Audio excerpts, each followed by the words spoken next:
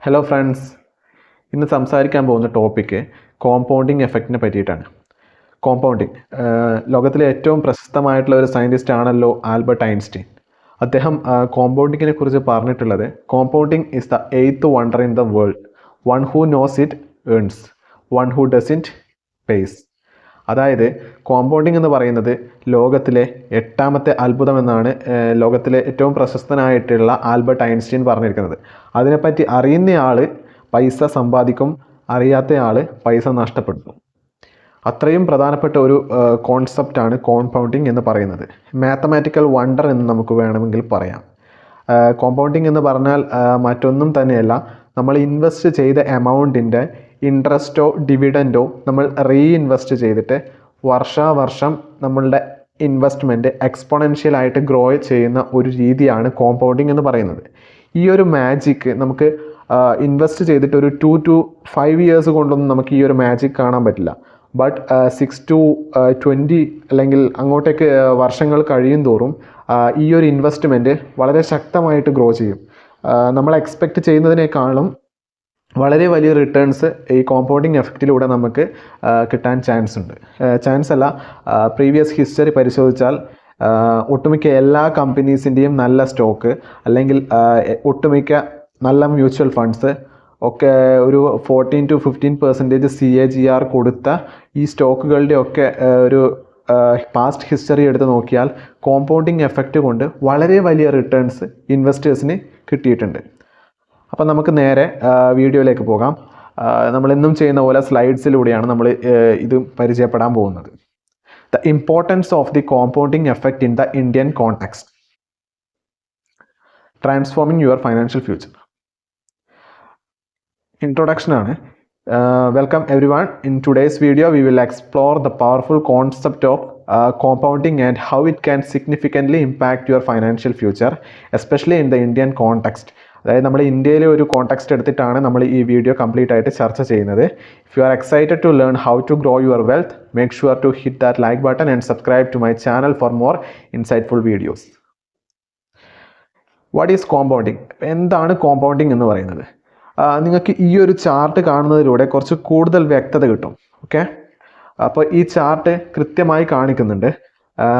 ഒന്ന്, നമ്മൾ ഇൻവെസ്റ്റ് ചെയ്ത എമൗണ്ട് അത് ഏറ്റവും താഴെയാണുള്ളത്. അത് ഈ ഒരു എമൗണ്ട് മാത്രമാണ് ഫസ്റ്റ് നമ്മൾ താഴത്തെ കാണിക്കുന്നത്.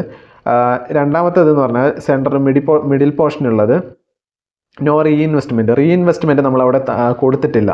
ഇനി മൂന്നാമത്തേതെന്ന് പറയുന്നത് നമ്മൾ ഇൻവെസ്റ്റ് ചെയ്ത എമൗണ്ടും അതുപോലെ തന്നെ നമ്മളുടെ ഡിവിഡൻഡ് വെച്ചിട്ടുള്ള ഗ്രോത്ത്, അതായത് നമ്മൾ അതിൻ്റെ അകത്തു നിന്നുള്ള റിട്ടേൺസ് വർഷാവർഷം നമ്മൾ പിൻവലിക്കാതെ അതിൽ ഇട്ടിട്ട് തന്നെ അക്യുമുലേറ്റ് ആയിട്ട് ഈ ഒരു എമൗണ്ടും നമ്മൾ ഇൻവെസ്റ്റ് ചെയ്ത എമൗണ്ട് പ്ലസ് നമ്മുടെ അക്യുമുലേഷൻ എമൗണ്ട്, ആ എമൗണ്ട് ഓരോ വർഷവും കൂടി വരുമ്പോൾ ഉണ്ടാകുന്ന ഒരു എക്സ്പൊണൻഷ്യൽ ഗ്രോത്ത് ആണ് നിങ്ങൾ അവിടെ കാണുന്നത്. ഓക്കെ, അപ്പോൾ ആദ്യത്തെ വെറും ഇൻവെസ്റ്റ്മെൻ്റ് ആവുന്നത് വളരെ ഒരു സ്ലോ ആയിട്ടുള്ള ഒരു ഗ്രോത്ത് ആണ് കാണുന്നത്.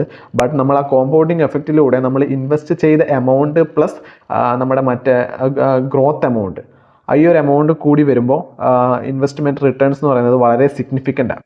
Okay, dividend growth versus dividend investment ആണ് അവിടെ കാണിച്ചിരിക്കുന്നത്. ഓക്കെ, മറ്റൊരു പ്രധാനപ്പെട്ട ഒരു സംഭവമാണ് എങ്ങനെയാണ് നമ്മൾ ഈ കോമ്പൗണ്ടിങ്ങിൻ്റെ ഇക്വേഷൻസ് കണ്ടുപിടിക്കുക എന്നത്. ഓക്കെ, കോമ്പൗണ്ടിങ്ങിൻ്റെ ഇക്വേഷൻസ് കണ്ടുപിടിക്കാൻ വളരെ സിമ്പിളാണ്.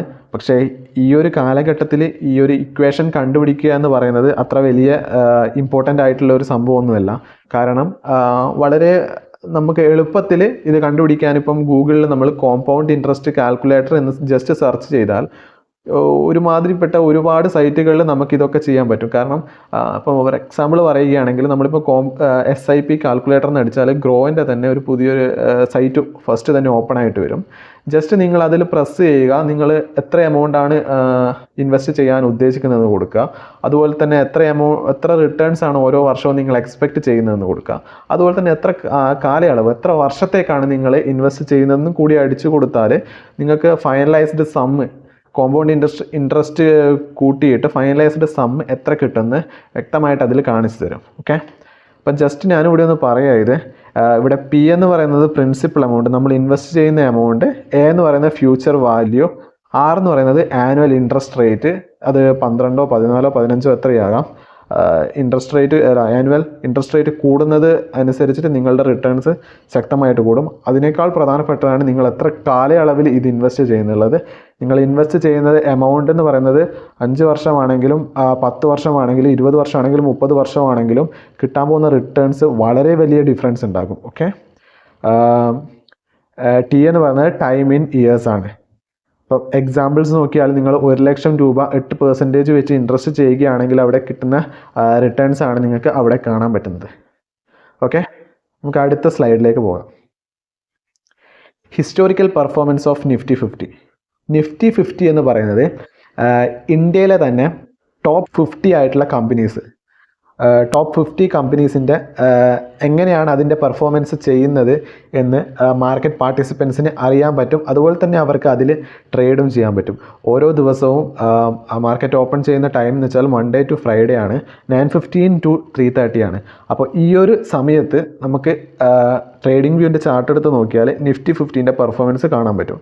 ഇപ്പോൾ ഒരു ദിവസം നിഫ്റ്റി 50 ഒരു 1% അല്ലെങ്കിൽ 2% ഉയർന്നിട്ടാണ് ഉള്ളത് എങ്കിൽ നമ്മുടെ നിഫ്റ്റി 50യിലെ ടോപ്പായിട്ടുള്ള 50 കമ്പനീസും നന്നായിട്ട് പെർഫോം ചെയ്തു എന്ന് നമുക്ക് വേണമെങ്കിൽ പറയാം. പക്ഷേങ്കിൽ ഈ 50 കമ്പനീസും നന്നായിട്ട് പെർഫോം ചെയ്യണമെന്ന് യാതൊരു നിർബന്ധവുമില്ല. കാരണം ഈ നിഫ്റ്റി 50യിൽ തന്നെ ടോപ്പ് 5 ഓർ ടോപ്പ് 10 സ്റ്റോക്സ് ആണ് ഏറ്റവും കൂടുതൽ വെയിറ്റേജ് കൊടുക്കുന്നത്. ഇതിലൊരു 5-6 സ്റ്റോക്ക് നന്നായിട്ട് പെർഫോം ചെയ്താൽ പോലും നിഫ്റ്റീനെ നന്നായിട്ട് മുകളിലേക്കോ താഴോട്ടേക്കോ കൊണ്ടുപോകാൻ പറ്റും. ഫോർ എക്സാമ്പിൾ പറയുകയാണെങ്കിൽ ഈ നിഫ്റ്റിയിൽ ഏറ്റവും കൂടുതൽ വെയിറ്റേജ് ഉള്ള ഒരു സ്റ്റോക്കാണ് HDFC ബാങ്ക്, രണ്ടാമത് വരുന്നത് റിലയൻസ്, അതുപോലെ തന്നെ ICICI bank, axis bank, Kotak Mahindra bank, Hindustan Unilever, ITC. ഇതൊക്കെ വളരെ ശക്തമായിട്ടുള്ള വളരെ ശക്തമായിട്ടുള്ള ബ്ലൂ ചിപ്പ് സ്റ്റോക്കുകളാണ്. ഓക്കെ, അപ്പോൾ നമുക്ക് ഇതിൻ്റെ ഹിസ്റ്റോറിക്കൽ പെർഫോമൻസ് നോക്കാം. നിഫ്റ്റി 50യുടെ ഓവർ ദ പാസ്റ്റ് 20 ഇയേഴ്സ്, അതായത് കഴിഞ്ഞ 20 ഇയേഴ്സ് വെച്ച് കണക്ക് നോക്കുകയാണെങ്കിൽ Nifty has shown impressive growth. അതായത് ഗ്രോത്ത് പേഴ്സൻറ്റേജ് അല്ലെങ്കിൽ കാഗർ എന്ന് പറയുന്നത് 14% വെച്ചിട്ടാണ് ഓരോ വർഷവും കഴിഞ്ഞ 20 വർഷം നിഫ്റ്റി ഗ്രോ ചെയ്തത്. അതായത് 2003 നിഫ്റ്റി അറൗണ്ട് 1100 പോയിൻ്റ് ആയിരുന്നു. അപ്പോൾ 2023 ആയപ്പോഴേക്കും അത് 18,000 പോയിൻറ്റ്സ് ആയിട്ട് ഉയർന്നിട്ടുണ്ട്. ഓക്കെ, 2024 ഒരു ലിസ്റ്റ് എടുത്ത് നോക്കിയാൽ ഇപ്പം നിഫ്റ്റി ഇരിക്കുന്നത് 22,500 സംതിങ്ങിലാണ് നിഫ്റ്റി ഇപ്പോൾ ഓടിക്കൊണ്ട് നിൽക്കുന്നത്. അപ്പോൾ അതിൽ നമുക്ക് ഏറ്റവും പ്രധാനപ്പെട്ടതായിട്ട് പറയാനുള്ളത് 2020 ലോകമെമ്പാടും കൊറോണ എന്നൊരു വ്യാധി പൊട്ടിപ്പുറപ്പെടുന്ന സമയത്ത് മാർക്കറ്റിൽ വളരെ ഒരു പാനിക്കാണ് ഉണ്ടായത്. അതായത് മാർക്കറ്റ് നന്നായിട്ട് ഡൗൺ ആയിട്ടുണ്ടായിരുന്നു. ആ ഒരു സമയത്ത് മാർക്കറ്റിൻ്റെ പ്രൈസ് എന്ന് പറയുന്നത് 8,000 പോയിൻ്റ് പോലും 8,000 പോയിന്റിലേക്ക് ഇടിഞ്ഞിട്ടുണ്ടായിരുന്നു. അവിടുന്ന് ഒരു സിഗ്നിഫിക്കൻ്റ് ആയിട്ടുള്ള ഒരു ഗ്രോത്ത് വഴിയാണ് അവിടുന്ന് എക്സ്പോണൻഷ്യലായിട്ട് ഗ്രോ ചെയ്തിട്ട് ഇപ്പം 24,000 എത്തി നിൽക്കുന്നു. അപ്പം ഇവിടെ പറയാനുള്ളത് ഈ ഗ്രോത്തിൻ്റെ ഇടയ്ക്ക് ഈ 20 വർഷ കാലയളവിൽ നന്നായിട്ടുള്ളൊരു ഫാളിങ്ങും അതുപോലെ തന്നെ നല്ല ഗുഡ് ന്യൂസൊക്കെ ഒരുപാട് ഉണ്ടായിട്ടുണ്ട്. എക്സാമ്പിൾ ഇപ്പോൾ 2008 വലിയൊരു ക്രൈസിസ് ആണ് ഉണ്ടായത്. അപ്പോൾ ഈ ഒരു ക്രൈസിസിൽ US മാർക്കറ്റും അതുപോലെ തന്നെ ലോകത്തിലെ പ്രധാനപ്പെട്ട ഒട്ടുമിക്ക മാർക്കറ്റും മൊത്തം നന്നായിട്ട് ശക്തമായിട്ട് ഇടിഞ്ഞിരുന്നു. ബട്ട് നെക്സ്റ്റ് ഇയർ ഓൺവേർഡ്സ് അത് റിക്കവർ ആയിട്ട് അതിനേക്കാൾ വലിയൊരു മുകളിലേക്ക് ഈ പറഞ്ഞ സൂചികകൾക്കൊക്കെ പോകാൻ പറ്റിയിട്ടുണ്ട്. ഓക്കെ, നമുക്ക് നെക്സ്റ്റ് സ്ലൈഡിലേക്ക് പോകാം. Power of compounding with Nifty 50. Nifty 50യിലൂടെ നമുക്ക് പവർ ഓഫ് കോമ്പൗണ്ടിങ്ങിനെ പറ്റിയിട്ട് നോക്കാം. If you had invested 1 lakh in the Nifty 50 in 2003, അതായത് 2003 നിങ്ങൾ 1 ലക്ഷം രൂപ നിഫ്റ്റി 50യിൽ ഇൻവെസ്റ്റ് ചെയ്തിട്ടുണ്ട് എങ്കിൽ it would be worth around 13,74,940 rupees with a CAGR of 14%. 14% CAGRയിലൂടെ നിങ്ങളുടെ ആ ഒരു 1 lakh എന്ന് പറയുന്ന എമൗണ്ട് 13,74,940 rupees ആയേനെ. നിങ്ങൾക്ക് ഇവിടെ അതിൻ്റെ ഒരു ചാർട്ട് കൂടി നിങ്ങൾക്ക് കറക്റ്റായിട്ട് കാണാൻ പറ്റുന്നുണ്ട്. ഓരോ വർഷവും നിഫ്റ്റിക്ക് ഉണ്ടായിട്ടുള്ള വളർച്ചയും അതുപോലെ തന്നെ താഴ്ചയും. ഇപ്പം ഞാൻ പറഞ്ഞല്ലോ 2008 വലിയൊരു ക്രൈസിസ് ആണ് ഉണ്ടായിട്ടുള്ളതെന്ന്. അപ്പോൾ 2008 നിങ്ങൾക്ക് കറക്റ്റായിട്ട് അവിടെ കാണാൻ പറ്റുന്നുണ്ട്. 2000 മുതൽ 2007 വരെ നല്ല ശക്തമായിട്ട് കയറിക്കൊണ്ടിരുന്ന നിഫ്റ്റി ഓരോ വർഷവും 2008 ആകുമ്പോഴേക്കും അത് ഹാഫായിട്ട് ഇടിഞ്ഞു. നിങ്ങൾ കറക്റ്റായിട്ട് അവിടെ വാച്ച് ചെയ്യണം 2008. അപ്പോൾ ഇൻവെസ്റ്റേഴ്സൊക്കെ അവിടെ ഒരു പാനിക്കായിട്ട് എല്ലാ സ്റ്റോക്കും അതുപോലെ തന്നെ അവരുടെ ഇൻഡെക്സും ഹോൾഡ് ചെയ്യുന്ന പൊസിഷൻസൊക്കെ അവർ എക്സിറ്റ് ചെയ്ത് മാറിയിട്ടുണ്ടാകും. പിന്നീട് 2009 എന്ത് സംഭവിച്ചു? മാർക്കറ്റ് സിഗ്നിഫിക്കൻ്റ് ആയിട്ട് റിക്കവർ ചെയ്യാൻ തുടങ്ങി. പിന്നീട് ചെറിയൊരു ഫാൾ 2011 തന്നു. പിന്നീട് അങ്ങോട്ടേക്ക് നോക്കിയാൽ ഫുൾ എക്സ്പോണൻഷ്യൽ ഗ്രോത്ത് ആണ് സംഭവിച്ചിട്ടുള്ളത്. ഓക്കെ, ഈ 2020 പോലും കൊറോണേൻ്റെ ആ ഒരു വ്യാധി മാർച്ചിന് പുറപ്പെട്ടിട്ട് മാർക്കറ്റ് നന്നായിട്ട് ഡൗൺ ആയിട്ട് പോലും ഈ ഒരു എൻഡിങ് ആകുമ്പോഴേക്കും മാർക്കറ്റ് നന്നായിട്ട് റിക്കവർ ചെയ്തു എന്നാണ് 2020 ആ ഗ്രാഫ് നിങ്ങൾ കറക്റ്റായിട്ട് കാണിച്ചിരുന്നത്. അതുപോലെ തന്നെ 2021. ഓക്കെ, ഇനി നെക്സ്റ്റ് സ്ലൈഡിലേക്ക് പോവാം. റിയൽ ലൈഫ് എക്സാമ്പിൾ നമുക്ക് നോക്കാം. Okay, let's consider Mr. Sharma, who started investing in 10,000 per month in a Nifty 50 index for 20 years ago. ഇവിടെ പറയുന്നത് SIPയുടെ പ്രാധാന്യമാണ്.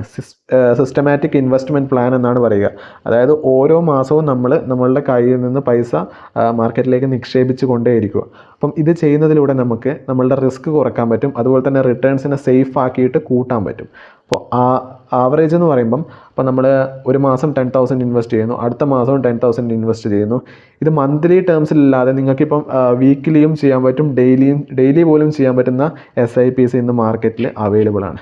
ഓക്കെ, ഈ 1 lakh എന്ന് പറയുന്ന സംഭവം ഈവൻ ഇയാൾ നിക്ഷേപിച്ചത് കഴിഞ്ഞ 20 years ആണെങ്കിൽ ഏകദേശം 24 lakh ആണ് ഇവർ ടോട്ടൽ ഇൻവെസ്റ്റ്മെൻറ്റ് നടത്തിയിട്ടുള്ളത്. ഇതിൻ്റെ ഫ്യൂച്ചർ വാല്യൂ എന്ന് പറയുന്നത് ഏകദേശം ഇത്ര വരുന്നുണ്ട്. യൂസിങ് SIP ഫോർമുല നോക്കിയാൽ വളരെ സിഗ്നിഫിക്കൻ്റ് ആയിട്ടുള്ളൊരു ഗ്രോത്ത് ആണ് നിങ്ങൾക്ക് കാണാൻ പറ്റുന്നത്. 14% CAGR ഈ ഗ്രോത്ത് സംഭവിച്ചിട്ടുള്ളത്. നിഫ്റ്റി 50 SIP റിട്ടേൺസ് ആണ് 2006 June to 2021. Compounding in Indian context. Okay, the power of compounding is particularly potential in India due to higher growth rates and favorable demographics. A young population and growing economy means higher potential returns. ലോകത്തിലെ എക്കോണമിനെയൊക്കെ സംബന്ധിച്ചെടുത്ത് നോക്കിയാൽ India വളരെ നല്ലൊരു golden ഏജിലാണ് India ഇപ്പം നിൽക്കുന്നത്. കാരണം ലോകത്തിലെ ഏറ്റവും കൂടുതൽ പോപ്പുലേഷനുള്ള കൺട്രിയായി ഇന്ത്യ മാറി. അതുകൂടാതെ ഇന്ത്യയിലുള്ള പോപ്പുലേഷൻ എന്ന് പറയുന്നത് ഏറ്റവും കൂടുതലുള്ള പോപ്പുലേഷൻ എന്ന് പറയുന്നത് യങ് പോപ്പുലേഷനാണ്. യങ് പോപ്പുലേഷന് മീൻസ് കൺട്രിയുടെ ബിഗ്ഗസ്റ്റ് റിസോഴ്സാണ്. ഇവർക്ക് ഒരുപാട് പൊട്ടൻഷ്യൽ ഉണ്ട്. ഇവർക്ക് ഒരുപാട് റിസോഴ്സസ് ക്രിയേറ്റ് ചെയ്യാൻ പറ്റും, ഒരുപാട് ജോബ് ക്രിയേറ്റ് ചെയ്യാൻ പറ്റും, ഒരുപാട് പ്രോഡക്ട്സ് ആൻഡ് സർവീസസ് പ്രൊവൈഡ് ചെയ്യാൻ പറ്റും. ഇതുവഴി ഇന്ത്യയുടെ GDP എക്കോണമി സിഗ്നിഫിക്കൻ്റ് ആയിട്ട് ഗ്രോത്ത് ചെയ്യും. ലോകത്തിലെ എക്കോണമിയുടെ എല്ലാ മേജർ എക്കോണമീസിൻ്റെയും GDP റേറ്റും അതുപോലെ തന്നെ നല്ല ഇൻഡെക്സ് റേറ്റൊക്കെ നോക്കിയാൽ ഇന്ത്യയുടെ GDP വളരെ ശക്തമായിട്ടാണ് ഗ്രോ ചെയ്യുന്നത്. ഓരോ വർഷവും വലിയൊരു പെർസെൻറ്റേജിലാണ് ഇന്ത്യയുടെ GDP ഗ്രോ ചെയ്യുന്നത്. ഇക്കാരണങ്ങൾ കൊണ്ട് തന്നെ ഫോറിൻ ഇൻസ്റ്റിറ്റ്യൂഷൻസ് ഒരുപാട് മണി ഇന്ത്യയിലേക്ക് പമ്പ് ചെയ്യുന്നുണ്ട്. Example, investing in mutual fund, Stokes and fixed deposit can yield significant compounded returns over time.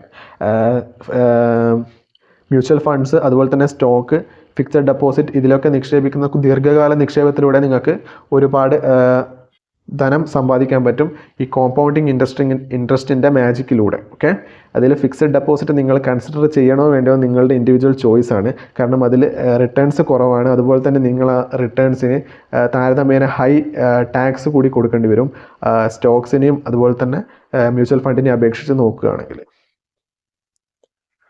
ഇനി കീ ടേക്ക് അവേസ്, അതായത് പ്രധാനപ്പെട്ട കാര്യങ്ങൾ നിങ്ങൾ നോക്കണം. ഈ SIP ചെയ്യുന്നതിലൂടെ അല്ലെങ്കിൽ ദീർഘകാല നിക്ഷേപം നടത്തുന്നതിലൂടെ നിങ്ങൾക്ക് നല്ല റിട്ടേൺസ് ഉണ്ടാക്കാൻ പറ്റുന്നത് പോലെ നിങ്ങൾക്ക് ഈ ഒരു കാര്യം ചെയ്യണമെങ്കിൽ നിങ്ങൾ ഈ കാര്യങ്ങൾ അറിഞ്ഞേ പറ്റൂ. കാരണം ഇത് വളരെ ഇമ്പോർട്ടൻ്റ് ആണ്.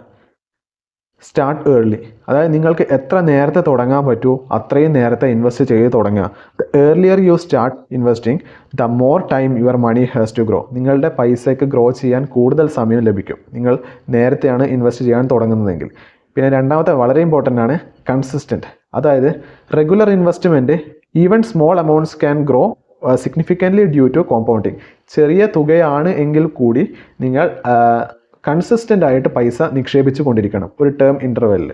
ഫോർ എക്സാമ്പിൾ, ഇപ്പം എല്ലാ മാസവും 5-ാം തീയതി ആണെങ്കിൽ നിങ്ങൾ ആ 5-ാം തീയതി മാർക്കറ്റിൽ പൈസ നിക്ഷേപിച്ചു കൊണ്ടേയിരിക്കണം. പിന്നെ ഡൈവേഴ്സിഫൈ, ഇത് വളരെ ഇമ്പോർട്ടൻ്റ് ആയിട്ടുള്ള ഒരു കോൺസെപ്റ്റാണ്. Diversify, spread your investment across different asset classes to minimise risk and maximise returns. അതായത് ഡിഫറെൻറ്റ് അസറ്റ് ക്ലാസ്സുകളിൽ നിങ്ങൾ ഇൻവെസ്റ്റ് ചെയ്യുക. ഫോർ എക്സാമ്പിൾ എന്ന് പറയുകയാണെങ്കിൽ ഇപ്പം സ്റ്റോക്സിൽ നിങ്ങൾ ഇൻവെസ്റ്റ് ചെയ്യുകയാണെങ്കിൽ ഈവൻ ബ്ലൂ ചിപ്പ് സ്റ്റോക്സ് ആയാലും ഇൻവെസ്റ്റ് ചെയ്യുകയാണെങ്കിൽ, അതുപോലെ തന്നെ മിഡ് ക്യാപ്പ് അതുപോലെ തന്നെ സ്മോൾ ക്യാപ്പ് നിങ്ങൾ ഇൻവെസ്റ്റ് ചെയ്താലും നിങ്ങൾ സ്റ്റോക്സിൽ മാത്രം ചെയ്യാൻ പാടില്ല. അതുപോലെ തന്നെ നിങ്ങൾ ഡൈവേഴ്സ് ചെയ്യുക. അതായത് ബോണ്ട്സിൽ ഇൻവെസ്റ്റ് ചെയ്യുക, ഗോൾഡിൽ ഇൻവെസ്റ്റ് ചെയ്യുക, സിൽവറിൽ ഇൻവെസ്റ്റ് ചെയ്യുക. അതുപോലെ തന്നെ ഈവൻ ബിറ്റ് കോയിനിൽ പോലും നിങ്ങൾക്ക് ഇൻവെസ്റ്റ് ചെയ്യാം. ബട്ട് ക്രിപ്റ്റോ കറൻസി വളരെ ഫ്ലക്ച്വേറ്റഡ് ആണ്. അതുകൊണ്ട് നിങ്ങൾ 5% നിങ്ങളുടെ ഓവറോൾ ഇൻവെസ്റ്റ്മെൻറ്റ് ക്യാപിറ്റലിൻ്റെ 5% ഒക്കെ ക്രിപ്റ്റോ കറൻസി പോലുള്ള ഇൻവെസ്റ്റ്മെൻറ്റ് അവന്യൂസിലേക്ക് ഇടാൻ പാടുള്ളൂ. നെക്സ്റ്റ് വരുന്നതാണ് സ്റ്റേ ഇൻവെസ്റ്റഡ്. അതായത് avoid the temptation to withdraw your investment prematurely. അതായത് നമ്മളിപ്പോൾ ഇൻവെസ്റ്റ് ചെയ്തു, നിങ്ങളുടെ ഇൻവെസ്റ്റ് ചെയ്യുന്ന ഒരു സമയം നിങ്ങൾ വിചാരിച്ചിട്ടുണ്ടാവും ഒരു 10 വർഷത്തേക്കാണ് ഞാൻ ഇൻവെസ്റ്റ് ചെയ്യുന്നതെന്ന്. ബട്ട് നിങ്ങൾ ഇൻവെസ്റ്റ് ചെയ്തിട്ട് ഒരു വർഷമോ 2 വർഷമോ കഴിയുമ്പം നിങ്ങൾ നിങ്ങളുടെ പോർട്ട്ഫോളിയോ എടുത്ത് നോക്കുമ്പോൾ നല്ലൊരു റിട്ടേൺസ്, ഒരു 30-40% റിട്ടേൺസ് നിങ്ങളവിടെ കണ്ടു. ബട്ട് നിങ്ങൾക്ക് ഒരു ചെറിയൊരു ന്യൂസ് കിട്ടി, അല്ലെങ്കിൽ ഒരു വലിയൊരു ന്യൂസ് കിട്ടി, ഒരു വലിയൊരു വ്യാധി അങ്ങനെ എന്തെങ്കിലും വരാൻ പോവുകയാണ്, അല്ലെങ്കിൽ എന്തൊരു പെട്ടെന്നൊരു ന്യൂസ്, അങ്ങനെ ഒരു കാര്യങ്ങൾ വരുമ്പം നിങ്ങളുടെ ഇൻവെസ്റ്റ് ചെയ്ത എമൗണ്ട് കംപ്ലീറ്റ് ആയിട്ട് വിത്ഡ്രോ ചെയ്ത് മാറാൻ പാടില്ല. ബിക്കോസ് നിങ്ങൾ ഇൻവെസ്റ്റ് ചെയ്തിരിക്കുന്നത് 10 ഇയേഴ്സ് ആണെന്നുള്ള ബോധ്യം നിങ്ങൾക്ക് എപ്പോഴും ഉണ്ടായിരിക്കണം. ഇനി മാർക്കറ്റ് നന്നായിട്ട് ഇടുകയാണെങ്കിൽ കൂടി നിങ്ങൾ ആ ഒരു സമയം നിങ്ങളുടെ ഓപ്പർച്യൂണിറ്റി ആയിട്ട് കണ്ടിട്ട് നിങ്ങൾ കൂടുതൽ മണി മാർക്കറ്റിലേക്ക് പമ്പ് ചെയ്യാൻ ശ്രമിക്കണം. അതായത് നല്ല നല്ല കമ്പനീസ് നോക്കിയിട്ട് ഇടിഞ്ഞ ഒരു സമയത്ത് നിങ്ങൾ ഇൻവെസ്റ്റ് ചെയ്ത് അത് റിക്കവറി ടൈം ആകുമ്പോൾ നിങ്ങൾക്ക് നല്ലൊരു ഗ്രോത്ത് ലോങ് ടേമിലേക്ക് സംഭവിക്കും. പിന്നെ കുറച്ച് tips for maximising compounding maximise ചെയ്യാൻ വേണ്ടിയിട്ടുള്ള കുറച്ച് ടിപ്സാണ്. റീഇൻവെസ്റ്റ് ഡിവിഡൻഡ്, അതായത് നിങ്ങളുടെ ഡിവിഡൻഡ് ലാഭവിഹിതം. ഇപ്പം നിങ്ങളൊരു കമ്പനിയിലാണ് ഇൻവെസ്റ്റ് ചെയ്തെങ്കിൽ കമ്പനി 2-3 തവണ ഇൻട്രൻ ഡിവിഡൻസ് അതുപോലെ തന്നെ ഫൈനൽ ഡിവിഡൻസ് കൊടുക്കും, നല്ല സ്റ്റോക്ക് ആണെങ്കിൽ ഓരോ വർഷവും. സോ ആ ഡിവിഡൻസ് കൂടി നിങ്ങൾ ഒന്നിക്കൽ ആ കമ്പനിയിലിടുക, അല്ലെങ്കിൽ മറ്റ് നല്ല സ്ട്രോങ് ആയിട്ടുള്ള കമ്പനീസിൽ നിങ്ങൾ നിക്ഷേപിക്കുക. Always reinvest dividend to maximise growth. എപ്പോഴും ഡിവിഡൻഡ് ഇൻവെസ്റ്റ് ചെയ്യാൻ വേണ്ടി ശ്രമിക്കുക. പിന്നെ ഓട്ടോമേറ്റ് ഇൻവെസ്റ്റ്മെൻറ്റ്, അതായത് set up automatic transfers to ensure consistency. അതായത് നമ്മൾ തന്നെ ചെയ്യാതെ നമ്മുടെ ബാങ്കിങ്ങിന് സ്റ്റാറ്റ്യൂട്ടറി ഇൻസ്ട്രക്ഷൻ കൊടുത്തിട്ട് അവർ തന്നെ ചെയ്യുന്ന ഒരു രീതിയാണ് ആ സംഭവം. അത് ഇപ്പോൾ ഒരുപാട് ആപ്സ് അത് പ്രൊവൈഡ് ചെയ്യുന്നുണ്ട്. ഈവൻ ഫോൺ പേ അതുപോലെ തന്നെ പേടിഎം പോലും അത് ചെയ്യുന്നുണ്ട്. Review and adjust periodically. Reviewer portfolio stay aligned with your goals. അതായത് നമ്മുടെ മാർക്കറ്റിൽ ഇപ്പം നമ്മളൊരു നല്ല കമ്പനിയിൽ ഇൻവെസ്റ്റ് ചെയ്തു, 3-4 വർഷം കഴിയുമ്പോൾ ആ കമ്പനിയുടെ ഗ്രോത്ത് അല്ലെങ്കിൽ പ്രോഫിറ്റ്സ് നന്നായിട്ട് പോകുന്നില്ല, കമ്പനി ഹ്യൂജ് ഡെപ്റ്റ് ആണെന്ന് നിങ്ങൾക്ക് തോന്നുകയാണെങ്കിൽ നിങ്ങൾക്ക് അതിൽ നിന്ന് എക്സിറ്റ് ചെയ്ത് മറ്റ് നല്ല കമ്പനിയിലേക്ക് ഇൻവെസ്റ്റ് ചെയ്യാമെന്ന് നിങ്ങൾക്ക് ഉറപ്പുണ്ടെങ്കിൽ നിങ്ങൾക്കത് തീർച്ചയായിട്ടും ചെയ്യാം. അത് നല്ലൊരു ഐഡിയ ആണ്. ഈവൻ മാനേജ്മെൻറ്റ് കറക്റ്റായിട്ടല്ല വർക്ക് ചെയ്യുന്നത് എന്ന് നിങ്ങൾക്ക് ഫീൽ ചെയ്യുകയാണെങ്കിൽ ഓക്കെ, നിങ്ങൾക്ക് അത് അഡ്ജസ്റ്റ് ചെയ്ത് നല്ല സ്റ്റോക്കിലേക്ക് റീഇൻവെസ്റ്റ്മെൻറ്റ് അവിടെ നടത്താവുന്നതാണ്. നിങ്ങളുടെ ലോസ് ബുക്ക് ചെയ്യുന്നതും വളരെ ഇമ്പോർട്ടൻ്റ് ആയിട്ടുള്ളൊരു കാര്യം തന്നെയാണ്.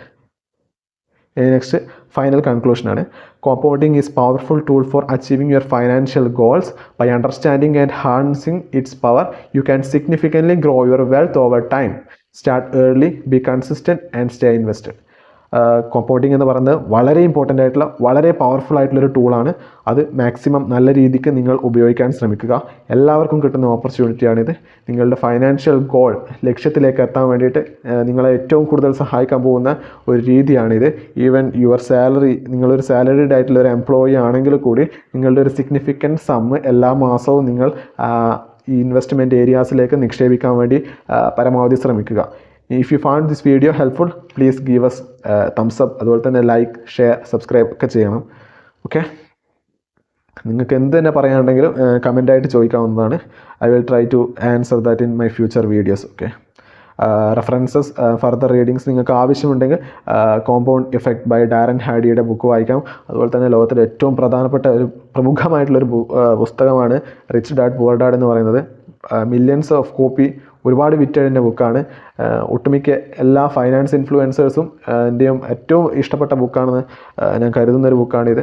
തീർച്ചയായിട്ടും നിങ്ങളിത് വായിക്കുക. സിമ്പിൾ ലാംഗ്വേജിലാണ് റോബർട്ട് ടി കിയോസാക്കി എഴുതിയിട്ടുള്ളത്. നിങ്ങൾക്ക് അസറ്റ് ക്ലാസ്സിനെ പറ്റി കൂടുതൽ അണ്ടർസ്റ്റാൻഡിങ് കിട്ടും. ക്യാഷ് ഫ്ലോ ജനറേഷൻ്റെ ഇമ്പോർട്ടൻസ് മനസ്സിലാകും. ക്യാഷ് ഇസ് ദ കിങ് എന്ന് പറയുന്ന കോൺസെപ്റ്റ് പോലും നിങ്ങൾക്ക് മനസ്സിലാവും. എങ്ങനെ നിങ്ങളുടെ മണീനെ നിങ്ങൾക്ക് വേണ്ടി വർക്ക് ചെയ്യിപ്പിക്കാം എന്ന് കൂടി നിങ്ങൾക്ക് മനസ്സിലാവും. അതുപോലെ തന്നെ അസറ്റ്സിൻ്റെ ലയബിലിറ്റിൻ്റെ കീ ഡിഫറൻസസ് നിങ്ങൾക്ക് കംപ്ലീറ്റ് ആയിട്ട് മനസ്സിലാക്കാൻ ഈ പുസ്തകം നിങ്ങളെ സഹായിക്കും തീർച്ചയായിട്ടും. അപ്പോൾ thank you for watching my videos and thanks.